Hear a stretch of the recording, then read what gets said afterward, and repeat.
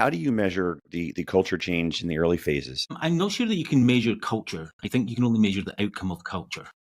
So you don't focus on the actual culture itself, because I think it's difficult to measure that.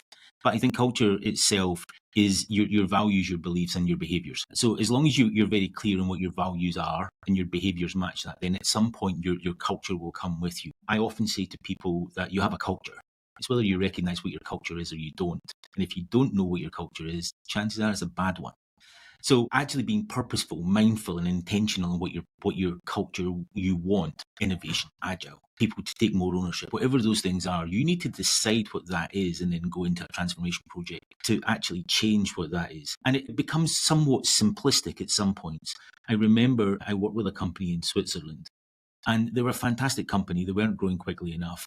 And the setting themselves up for success, predominantly that was moving people's seats. They'd built this purpose-built office complex, 4 levels. It was stunning. It cost them a lot of money. They had an artist come in to design the colour of yellow in the central wall, and it was a slightly different tone of yellow on the ground to the second, to the first, to the fourth floor. And it was lovely. But the reality was they'd structured the company and the seating plan, of all things, around functions.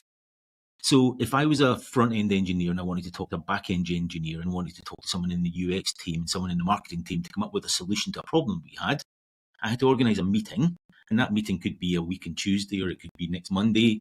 Whereas actually just moving them into teams that allowed me to literally turn around in my seat and say, excuse me, you got 2 minutes, I want to ask you about this. Suddenly you exponentially increase the speed of decision making, the speed of problem solving, and that team gelled as part of a cultural hub for the problems that they were solving, for the bits of the business that they were responsible for.